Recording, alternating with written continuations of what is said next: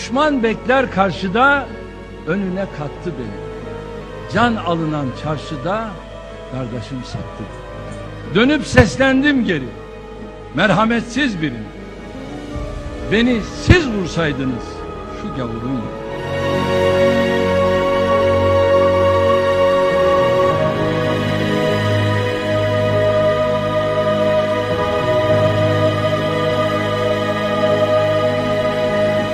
Çin demişken bugünkü programımızın jeneriğinde de belirttiğimiz gibi 21 Doğu Türkistanlı kardeşimizin Türkiye'nin sınırı dışı edilmesi meselesi var. Erdoğan Çin ziyareti öncesinde böyle bir konunun gündeme gelmiş olması bana çok anlamlı geldi. Bir VTR'miz olacak bu konuyla alakalı olarak, onu girelim. Ondan sonra hocamızla bu konu üzerinde bir konuşalım. CHP'nin 10 yıllar boyunca üstünü örtmeye çalıştığı, unutturmaya çalıştığı bu olay maalesef gerek Türk, gerek Azeri tarihine acı bir hatıra olarak kazınmıştır. 1945 yılında 146 Azerbaycanlı aydın Stalin zulmünden kaçıyor. Bakın çok ilginçtir. Aras Nehri üzerinden Boraltan Köprüsü'nü geçiyorlar ve Türkiye'ye sığınıyorlar. Azeriler öz kardeşlerinin yurduna gelip öz kardeşleriyle kucaklaşıyor. Stalin Türkiye'den bu Azerilerin derhal iade edilmesini istiyor. Dönemin CHP hükümeti Aras Nehri'nin kenarındaki sınırdaki karakola telgraf çekiyor. Evet, İnönü iş başındayız. Ve mültecilerin iade işleminin gerçekleştirilmesini istiyor. Karakol komutanı gözlerine inanamıyor. Kulaklarına inanamıyor. Emri defalarca teyit ettiriyor. Ancak Ankara'dan, CHP hükümetinden kesin ve net emir geliyor. Azerileri teslim et. Durumu anlayan Azeriler Türk askerlerinin boynuna sarılıp yalvarıyor. Ne olur bizi teslim etmeyin. Bizi burada siz kurşuna dizin, kendi toprağımızda, kendi öz kardeşimizin, kendi bayrağımızın altında bizi öldürün diyor. Ancak Ankara'dan gelen emir net. Karakol komutanı çaresiz bu 146 kadar Azeri'yi teslim ediyor. Boraltan Köprüsü'nü geçen Azeriler köprünün hemen karşısında Türk askerlerinin, Türk subaylarının gözleri önünde elleri bağlanmış olarak infaz ediliyor.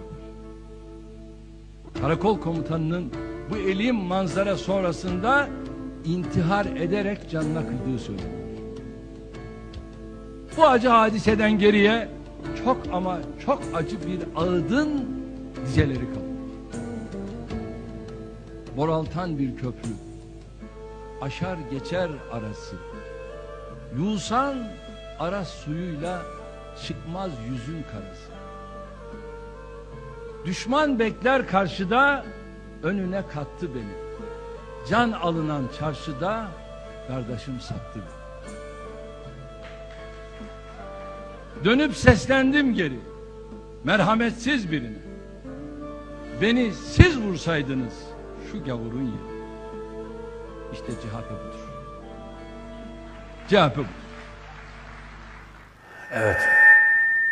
Bu sözleri sarf eden Cumhurbaşkanı Erdoğan şu anda maalesef onun liderindeki hükümet şu anda 21 Doğu Türkistanlı kardeşimizi Çin'e iade etmek üzere mi diye Yasin Hocam'a soralım.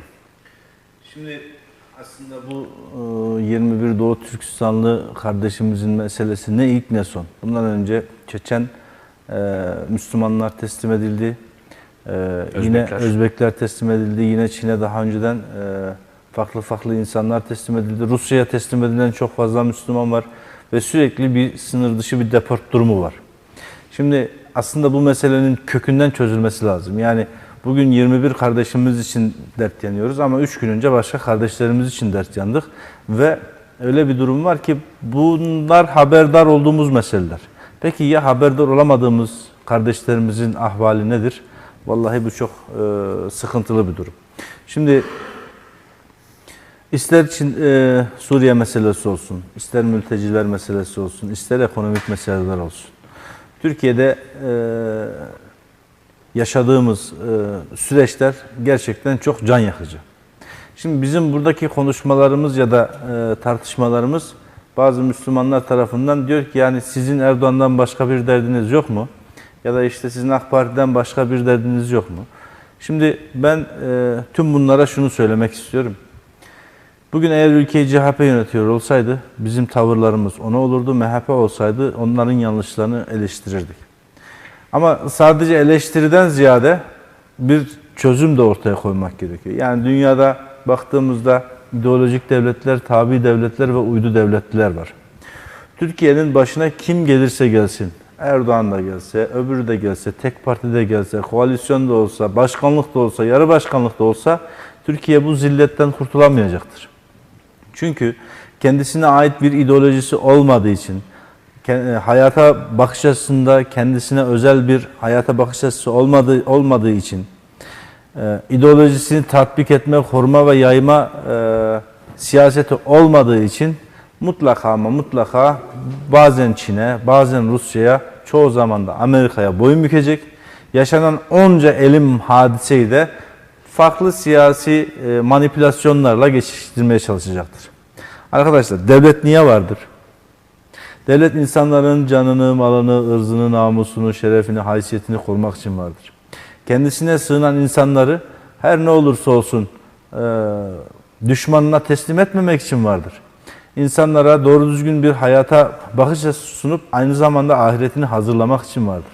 Ama maalesef bizim devletimiz ideolojik bir devlet olmadığı için, yani İslam ideolojisi üzerine temellenen ve yükselen bir devlet olmadığı için yaptığımız yollar, yaptığımız köprülerle övünür bir haldeyiz. 3 gün önce eleştirdiğimiz CHP'nin durumuna düşmüş pozisyondayız. Dolayısıyla bu meselelerde de ya da bu tip meselelerde sadece göç idaresini hedef tahtasına koyuyor Müslümanlar. Yani sanki bu göç idaresi özerk bir yapı, başlı başına, kendi başına bir yapı. Türkiye'de yönetilmiyor da işte uzaydan yönetiliyormuş gibi bir algı oluşuyor. Yani bu tip meselelerin çözümü noktasında gerçekten samimi olanlara şunu söylemek istiyorum. Göç idaresindeki müdürleri meselenin hedef tahtasına koymayın kardeşim. Yani onlara istediğiniz kadar bu meselelerden suçlayın. Bu göç idaresinin bağlı bulunduğu bir bakanlık ve o bakanlığın bağlı bulunduğu bir hükümet var.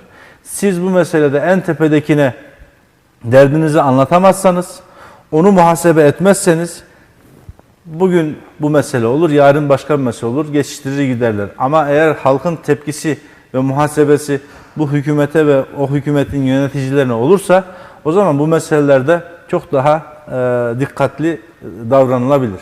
Şimdi diyorlar ki ya işte çok sorun var, şöyle böyle işte orada bir takım kripto insanlar var. Ya arkadaş 15 sene olmuş bu ülkede tek başına iktidarsın ve 15 senede de bu ülkenin istihbaratı senin elinde.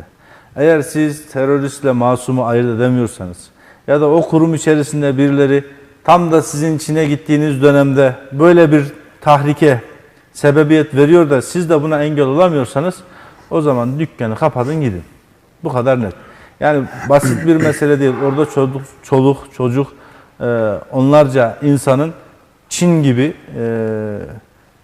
Müslümanları katletmekte gözünü kırpmayan bir devlete teslimleri söz konusu. Yani bunlar gerçekten kolay meseleler değil, basit meseleler değil. Çok ciddiye alınması gereken meseleler.